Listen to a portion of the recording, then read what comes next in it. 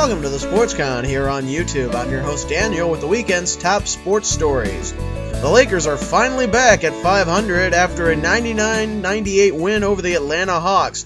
It's the first time the Lakers are at 500 in over 2 months. Kobe Bryant scored the winning points with just 9 seconds left. He had 34 in the game altogether.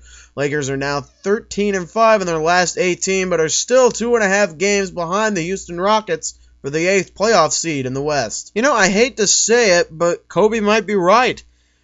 Could the Lakers actually get into the playoffs? It's not far off right now. I mean, no, they're not going to win the NBA championship or anything like that, but Kobe's guarantee of a playoff spot might actually hold true.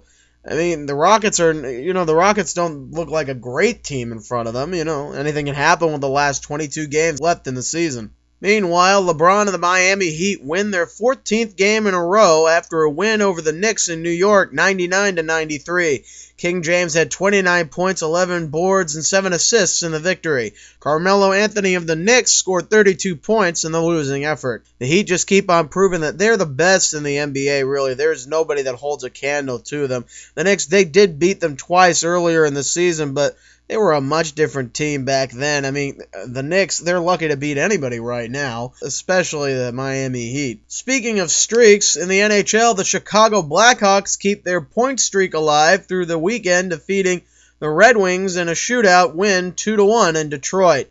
Patrick Kane scored the only goal in the shootout in Chicago's second try. The Blackhawks have now won 9 in a row and have now started the season going 22 straight games with a point.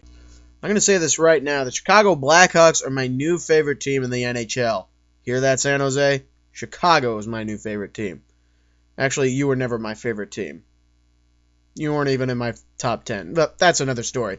The Blackhawks are a very good team. They play very competitively. They never give up. They just seem like they're ready for the playoffs right now. Unfortunately, they still have to play 26 games. Hopefully, they'll be ready for the postseason after that. For more on my new obsession with the Blackhawks, follow me on Twitter at TheSportsConSF. You can also follow me at thesportscon.blogspot.com. I'm Daniel, and thanks for tuning in. Goodbye.